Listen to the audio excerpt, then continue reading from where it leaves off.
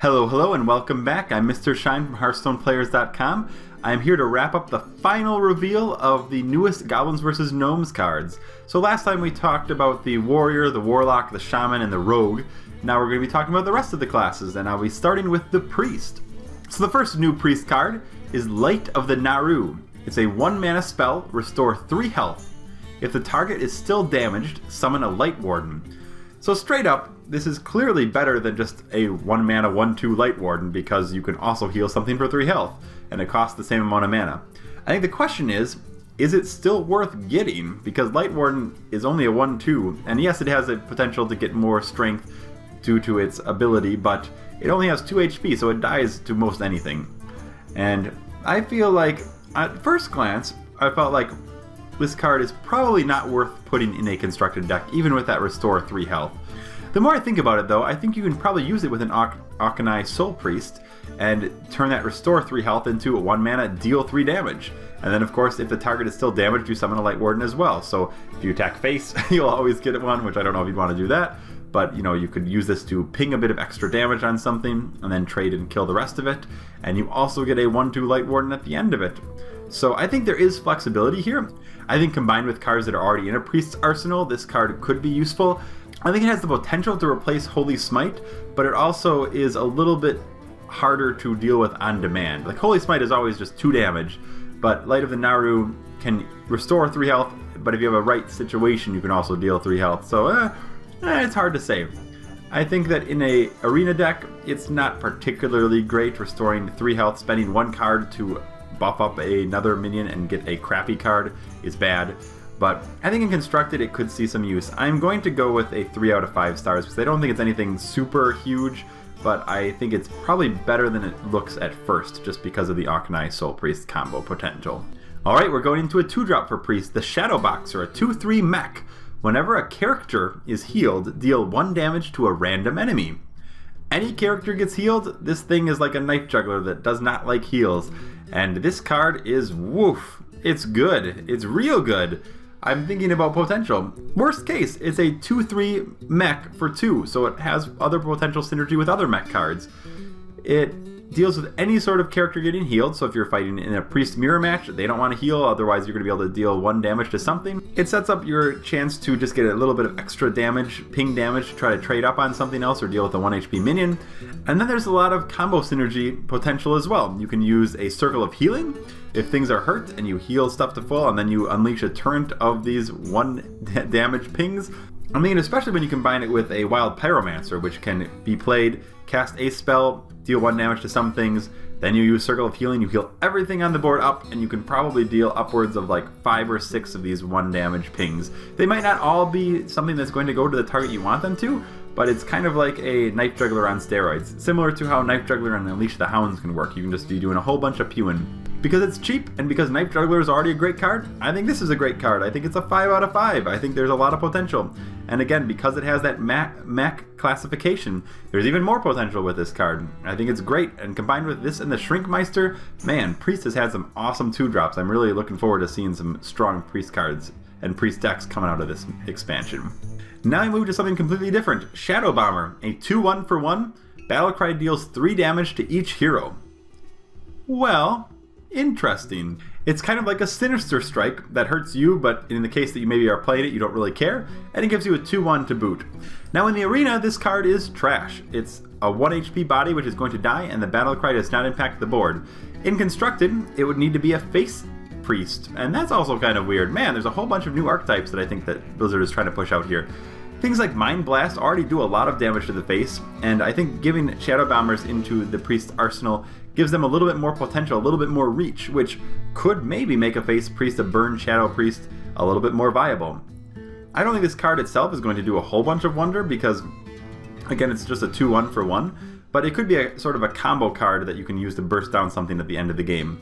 I'm still going to give it a 2 out of 5 stars, and in fact, in Arena, 1 out of 5 would be definitely what this card would be, but I think it just opens up some more possibilities, and I don't know yet if a Burn Priest is going to be a thing. I still don't think it really will be, but if it is a thing, it will involve Shadow Bombers almost certainly. More bombs. Light Bomb. 6 mana spell. Deal damage to each minion equal to its attack.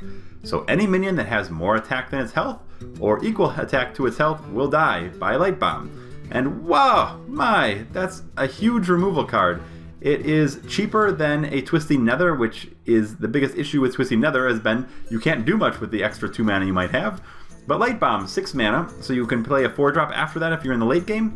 Or, priests in general have a lot of minions that have more health than their attack. You have Power Word Shield, you have things to buff health, you have things like the new upgraded Repair Bot, which gives a friendly mech plus 4 health. There are buffs like Valen's Chosen that came up, +2/+4. There's a lot of priest cards that are able to survive probably from a Light Bomb. And I think most minions otherwise generally have similar attack to their health, so this bomb will probably clear most of your opponent's board, and you might have a chance to leave things on your board. So it is quite strong. I think it would be picked in Arena. I think it would be picked in Constructed. I think it would be played as a control priest sort of card. Because it hurts you a little bit, it can be iffy, but again, if a priest is running Circle of Healing anyways, they can clear the opponent's minions and then heal their minions back to full, and that's kind of a game changer on turn 6. So I think this card is great. I think it's a 5 out of 5 card. I think it will change the way we think about Priest, and I think it will make Priest even more of a threat to be reckoned with, if it needed it. And now we have the class legendary from Priest now, Vol'jin, a 5 mana 6/2, but the battle cry is swapping health with another minion.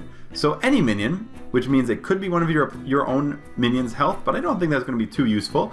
Really, it's going to be a situation where you can take the health of your opponent and then turn them into a 2 HP minion, which of course is much easier for people to deal with if you're a priest, for example, Holy Smite, Holy Nova, things like that. It could potentially set up some sort of crazed alchemist shenanigans if you wanted to swap something and turn it into 2 attack, although that's kind of unlikely. It's really a card that I can only see being used in a control versus control matchup. For example, if someone has a Ysera, then you can play Vol'jin, you can turn it into a 6/12 for 5 mana, and you turn your Ysera into a 2 HP minion, which is awesome. But it really depends on your opponent, kind of like a lot of other priest cards. You're depending on your opponent to give you something. And Vol'jin is a little bit more situational, and I think is a little less impactful than I would like. So I'm going to go pessimistic on this card and give it a 2 out of 5 stars. I just don't think it's going to really do enough in most games. It kind of is like a battle cry that deals damage to your opponent, but it needs your opponent to have a strong minion in the first place, and it needs you to have something to instantly remove that opponent after you reduce their health to 2. So, it's okay. It has combo potential, but I think it needs a lot to make work. Alright, we've gone through the Priest, now on to the Paladin. Seal of Light, a 2 mana spell, restores 4 health to your hero, and gains +2 attack this turn. This card is a card that I can imagine would be played in a constructed Paladin deck that is focused on control, and I think it actually serves a pretty strong purpose of being able to immediately deal with something that is put on the board if you're facing some sort of aggro deck. The 2 attack will probably clear something early, and if you were already taking some face damage, that +4 health could be useful if they had a 1 or 2 mana minion that was beating your face before you got a chance to play it.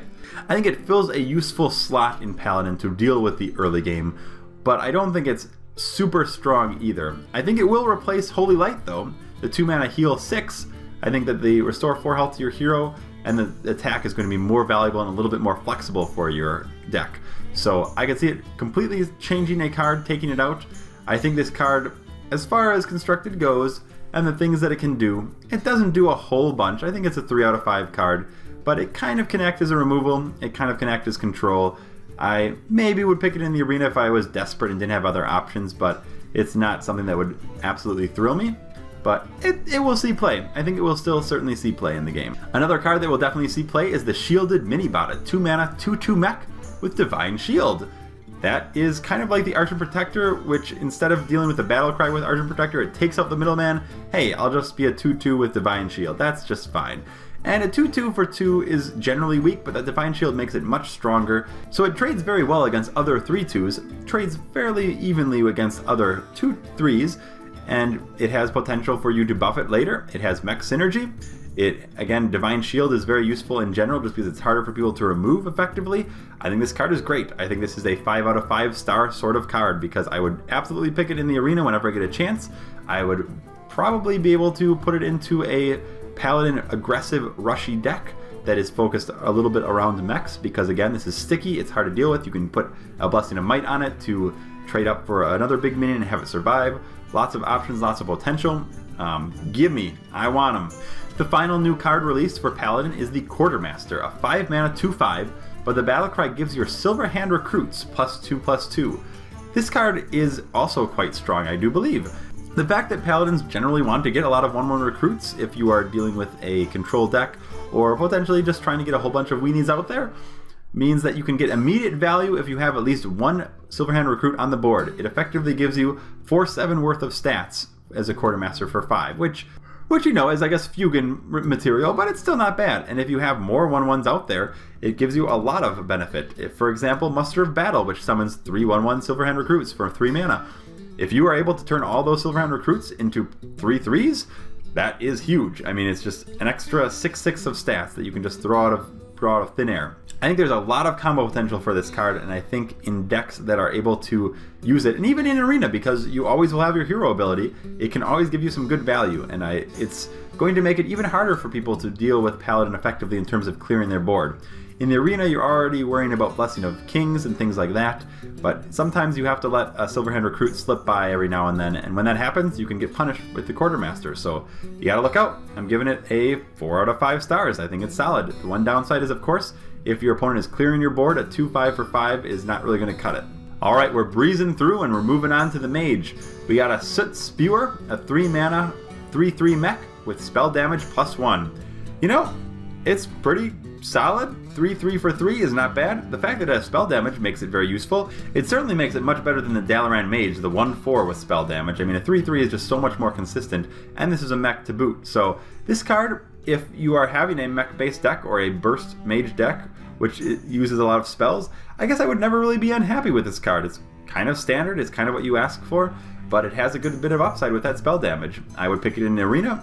I might be able to play it in Constructed, although it's hard to think of a deck right now that would really have a solid function with it. Maybe a mech-based deck that can use this in Goblin Blast Mage later, and some other things like that. But I give it 4 out of 5. I think it's a solid 3-drop, and it has some good upside, and what more can you ask for? Now here's an interesting card, the Echo of Medivh. A 4 mana spell, put a copy of each friendly minion into your hand. So it works very similar to how Duplicate works, in that you get 2 of a copy that dies. Now you get everything on your board in your hand. And this is kind of a win more card in some senses, because if you have a strong board, Echo of Medivh gives you a whole bunch of card advantage, and if you have strong minions on the board, you get a whole bunch more of them. It's a card that could be very strong in the Arena if you're dealing with a value deck, although it is hard to say. The one downside is it is 4 mana, so it does cost a lot, you give up a lot, and you don't really do much on that turn. But in terms of long-term value, this card is just nuts. It can give you a whole bunch. There's also a lot of potential in terms of Constructed. I'm thinking, for example, let's say you have a Giants Mage deck, and let's say you are low in life, and you have 2 Molten Giants in your hand. You can play both of them for 0 mana. You can play Echo of Medivh. You get a copy of both of those in your hand. You put 2 more out for free. And when you think of the fact that you have some sort of board, you play Echo of Medivh, you get a few more cards in your hand, and you can get some cheaper Mountain Giants as well. It's a bit slow, and it is a bit dependent on you already having a solid board state, but I still think this card is going to be a game breaker. I think it's a 5 out of 5 card. I think it has a lot of potential. Just like Duplicate was kind of a slow burner, people didn't think it was that good at first, and then they realized, wow, you can get a great system, and you can set up yourself to get a whole bunch of solid minions that you can play continuously and get good value from. I think Echo of Medivh is going to be the same way. Next up, we have the Wee Spellstopper.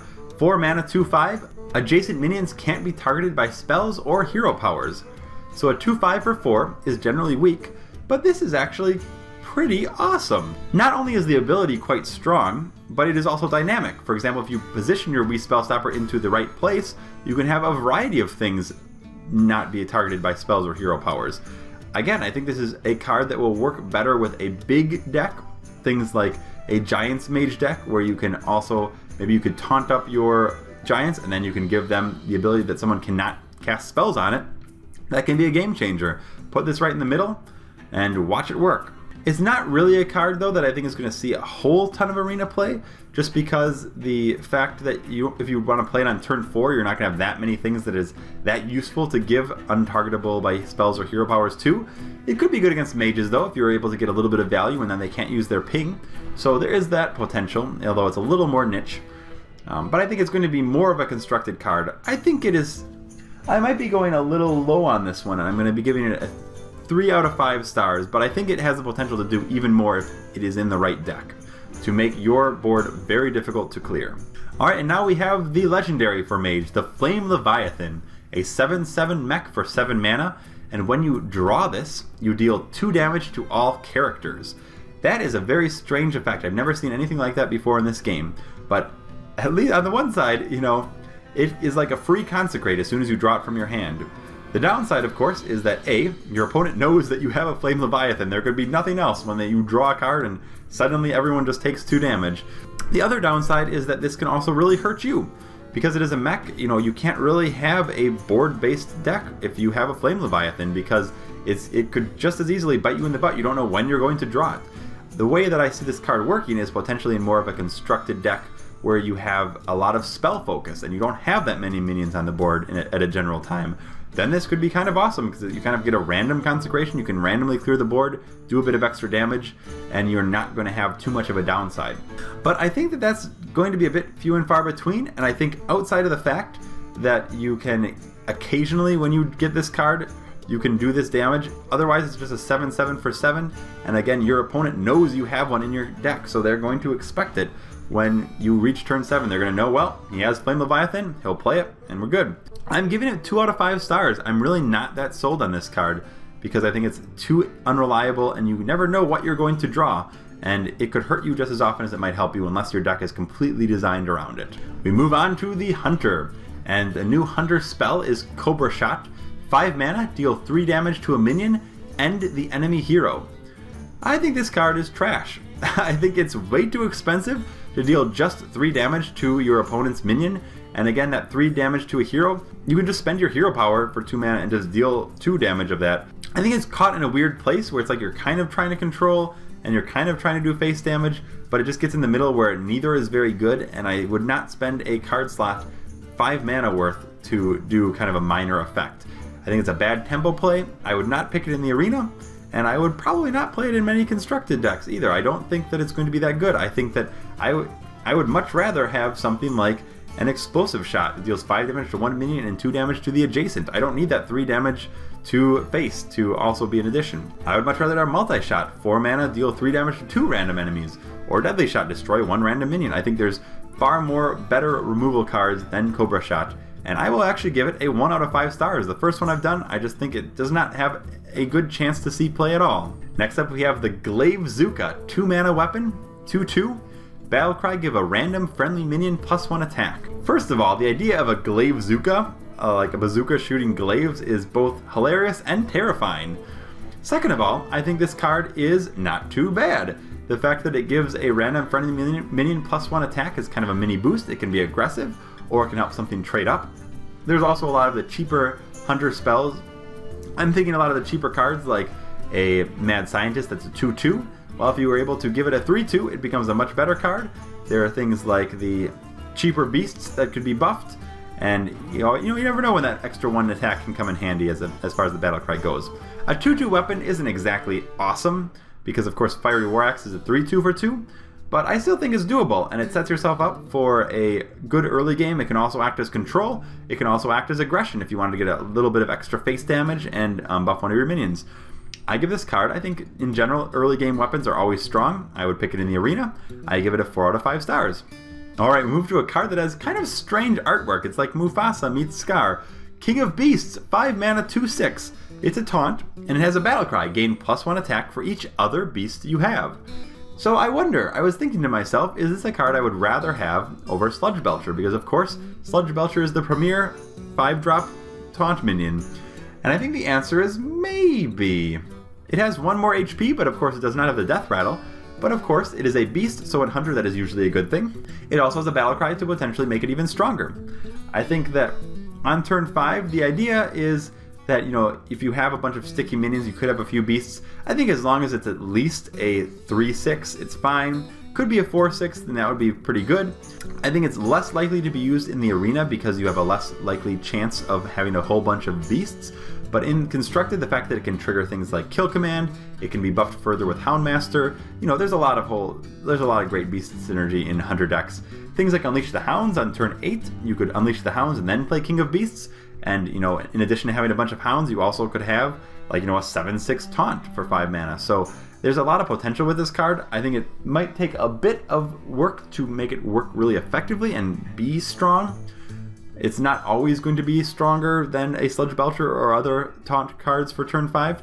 I will give it, I still think it is decent enough. I would give it a 3 out of 5 stars with the potential to be a 4 out of 5 stars if we can get more, if the Beast Synergy decks still stick around. Alright, next up we move to the Metal Tooth Leaper, a 3 mana 3/3 mech that has a battle cry of giving your other mechs +2 attack. I think this card is fantastic. I think that it is a 3/3 anyways, so that's always good. It is a mech, so that gives you some extra synergy.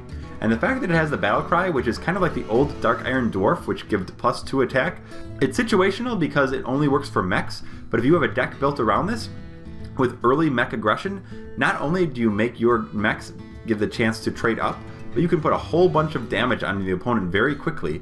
Thinking of any sort of mech deck that has a bunch of 1 and 2 drop mechs, then if you can play the Metal Tooth Leaper with even 1 or 2 of these mechs on the board, it puts a lot of pressure on the early game if you have any sort of mechs in your deck at that point that's playing. Considering that hunters are usually very aggressive, this works very well with that theme, and you can really run away with dealing a lot of extra damage in the early game if you're able to have 1 or 2 mechs on the board by the time you play the Metal Tooth Leaper. And the fact that it's 3 mana means it's pretty easy to play fairly early in the game. So it's not really that uncommon that you can deal like 4 damage from the Metal Tooth Leaper's battle cry alone. And the next turn, if they can't deal with those things, they still have that permanent +2 attack. I think this card is a 5 out of 5 card. I think it would certainly be used in any sort of aggressive hunter deck that will be using mechs, which I think will be many of them. I think the Metal Tooth Leaper will be a perfect fit on curve. Alright, last but certainly not least, we move to the Druid, and I am most confused with some of these Druid cards that came out. So first off, we have the Grove Tender, a 3 mana 2/4, which has a choose one. You can give each player a mana crystal, or you can give each player a card. So on the one hand, it's a 2/4 for 3, which is fine. The fact that the choose one is equal is a bit of a downside because of course you don't really gain any main benefit from it, but I think it's more of a card that could find some niche use in a specific constructed theme. For example, if you have a ramp deck for the Druid, you are probably going to be able to make more use of that mana crystal than your opponent is, because you probably have a lot more 5-drops and things like that, and you probably have a lot more big hitters, whereas they might not really be able to do much to deal with that curve. It also could maybe be used in a mill deck if you have both opponents drawing a card. The mill deck, you know, people always tried to make a Druid mill deck, and it's kind of fun sometimes, but I don't think that's really going to be very likely. It's more of a desperation, I imagine, if each player draws a card, but you could also argue that if you have a deck that is focused on control, your drawn card is probably going to be more valuable than their drawn card. So in either way, I think this is certainly going to be used, if at all, in a more control-based late-game Druid deck. I don't see it having any use in a token deck, and I think it really needs to be more focused on that really heavy delay push in the end if it wants to find any sort of play. I'm going to say it's a 3 out of 5. I think it's kind of average. I don't think it's anything particularly fancy. It is better than the Cold Light Oracle, however, because the Cold Light Oracle is similar, but it does a 2/2. I would be okay picking it in the arena, but I'm not totally thrilled with it either. It's kind of so-so. Alright, next up we have Recycle, which is a very unusual card. It's kind of like a new expensive Druid removal card, but it also can get around Death Rattles. It shuffles an enemy minion into your opponent's deck. So it's really kind of hard to evaluate, because if you're too far in the late game, you send one of their minions back into their deck, and they might draw it the next turn and play it again, in which case it basically is nothing more than a very expensive sap. At the same time, if it's a critical minion that your opponent has, and you know, you're about halfway through the game, you know, there's 15 cards left in their deck, you give them a recycled card, you throw it back, and they could never see that card again for the rest of the game, which in which case it works as a 6-mana hard removal card. The fact that it doesn't kill anything also can get around Death Rattles if something has a really big Death Rattle. Again, I think this is really more of a super late control Druid sort of card. I don't think it's something that is going to be able to be played on curve too often because it's very expensive. But having said that, one thing Druids do lack is hard removal. and this card kind of works like that. I would say this card is probably better than it first looks. I would say it is probably a 4 out of 5 star card, even though that sounds insane. I don't even know. I don't think I would pick it much in the arena because I don't think there's that many huge minions, and again, gaining card advantage is very important in the arena. 6 mana, you don't have that much ability to do much after that turn, but I think it's more likely in the constructed realm of things, and you know, it's not terrible. Alright, now we have another 6 mana spell, Dark Whispers. You have ability to choose one. You can summon 5 wisps, or give 1 minion +5/+5 and taunt. So, oh my goodness, wisp value! So many wisps! I can imagine this card has quite a bit of use. It can be used in a token Druid deck, where you can get a whole bunch of wisps and then potentially buff them right afterwards. You also have the potential to use things like Hobgoblin again, where you can turn all these 1/1 wisps into 3/3s, I assume. The fact it has that flexibility to also give something +5/+5 and taunt is pretty useful. I imagine it's something that you can either decide that you want your deck to go wide and get a whole bunch of things on the board, or you can simply make one thing really big and make it taunty and make it hard for someone to get through. It's hard to see how much play this card is going to get just because it is so expensive, kind of like many other Druid cards, but I think that it is good enough and it has enough potential synergy that it will still get some use. I would say it's a, with combinations of other things, I would say it's a 4 out of 5 star sort of card. Maybe more in arena, it's more of a 3 out of 5 star sort of card, because again, it is pretty expensive, and you know, 1/1s, they're okay, but they're not anything crazy spectacular, and you won't have as many ways to buff it. Okay, here's a contentious one. Tree of Life, 9 mana, spell. Restore all characters to full health. Now, whoa, I gotta say, this card. So I don't know if many people really like this card. I think the argument is, of course, if you spend turn 9 doing nothing, you are probably going to lose the game. I, however, think this card is actually very good. Well, I shouldn't say it's very good, but rather I think in the right deck it can be super strong. And the right deck, it would be a super late game control Druid type deck. So here's the thing about this card. If you're getting into the late game and your opponent is trying to expend the last of their resources to really burn you down, they might be giving up some of their card advantage for the sake of dealing that extra damage. And if you are able to hit turn 9 and reset your health to 30 and kind of reset the board, you will probably win in those cases because your deck will be more late game focused. They will have already burned all of their resources, and they probably don't have enough damage left in their deck to kill you once again. Now having said that, if you're facing a pure aggro deck, you're probably not going to have a chance to live to turn 9 anyways, and if you did live to turn 9, you probably already won. But I think the general idea is just that if you're facing other decks that are overreaching a little bit or are just trying to get to that point, and your deck is really focused in the late game, you can reset the board, you can get other chances to draw your big heavy hitters, and then you can just kind of steamroll them, because Druids have so many big solid minions in their decks that they can kind of pummel you into the ground because their cards are just more valuable than yours in the long run. You can also think of things like comboing this with Innervate, so you could get it out on turn 7 or even turn 5 if you have double Innervate. You can also think about comboing this with Alexstrasza the following turn, so you bring yourself back to 30 health, and the next turn you can bring your opponent down to 15, and you can engage in some more beatdown on that side and turn the tables. I don't think this card is going to be good at all in the arena. It's too expensive, it doesn't impact the board, and those are the things you want to be doing in the arena. I could see this being a one-off, though, in a big, heavy control Druid, and I think it will be used in constructed big, heavy control Druid decks. I give it a 4 out of 5 stars, just because I think it's going to be such a strong impact when used at the right time. It's not to say that every Druid deck is going to be using this. In fact, most Druid decks might not be using it. But the way that I've seen some of these new cards, it seems like Control Druid might be a thing, and in that case, I think this card will certainly find its place. And finally, we have the legendary Druid card, a 7 mana 9/7 beast called Malorn. The death rattle is you shuffle this minion into your deck. So yes, that's right, you have Malornception. Not only do you have to deal with a 9/7 on turn 7, but you have to deal with it again and again and again, potentially, unless you silence this minion. Now yes, it is true that a 9/7 for 7 that doesn't impact the board as soon as it comes into play is not particularly strong, but again, I see this card in a late game, a very late game Druid control deck. It's sort of a win condition in some sense. If you're running low on cards and you have Malorn in your deck, you're able to play it, and then you have a much better chance of, if it dying, you get to play it like a next turn or very shortly after that. And you know, continuously being able to play Malorn 9/7 when your opponent does not have any sort of silences, is a crippling blow. It's really the poster child for an inevitability card, in which case, if you go into the late game, you're probably going to be the one that wins if you have Malorn in your deck. So again, this is more designed in a control versus control matchup. I would not put it in any other sort of deck. I think, though, it is going to be a very strong card in the arena because it can be value that keeps on giving. I would give this card a 4 out of 5 stars just because I think that in the right decks, in Constructed, it can be a monster. Oh, and one other crazy thing about this card. Web Spinner apparently can summon Malorn on a death rattle. So that would be fun, right? I would love that for your 1/1 to have this show up in your hunter deck. Gotta love those hunters. I have nothing left to say to you guys other than I hope you enjoyed this. If you want to see more of this, be sure to like and subscribe to HearthstonePlayers.com. I'll be doing more Goblins vs. Gnomes stuff. I'll be doing more arena quiz video stuff. I'm going to be doing some stuff in the early 2015 where we'll be doing some sort of arena tournaments, which I think will be a lot of fun, and maybe you'll see more of that later. Again, I've been MrShine, and I will see you next time.